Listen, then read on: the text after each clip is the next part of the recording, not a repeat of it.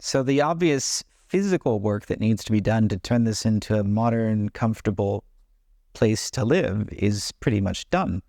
And so now it's social development, international community building, and basically creating an environment where the people who choose to come here, many of whom travel great distances from across borders, can find opportunities to develop themselves in ways that they consider most important.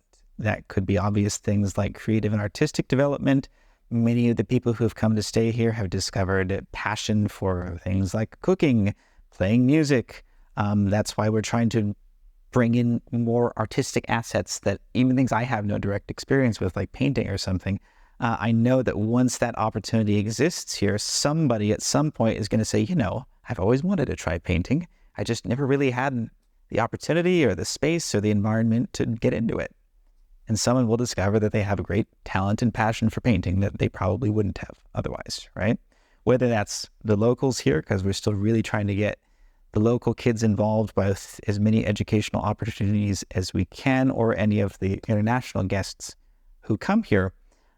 Every week that goes by, it seems like we think of some new kind of opportunity that we would like to offer here. And I, of course, started with the things I had the most professional and educational experience with, things like business development and English and music teaching. But we want to expand it to things that anyone can offer. We really firmly believe that everyone is both a teacher and a student.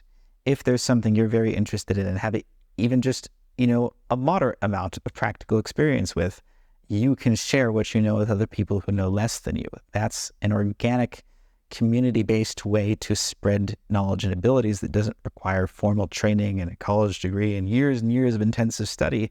It's shockingly easy to grow as a person intellectually and emotionally when you're surrounded by people who are helping you do that, and you don't have any cultural limitations and intrusions that prevent you from growing in the way that you want to. So that's really the focus of the social development. Now, that's why we call it a retreat center. It's not that we have any kind of specific spiritual focus like meditation retreats or silent retreats. People have been doing these kinds of things all over the world for many years.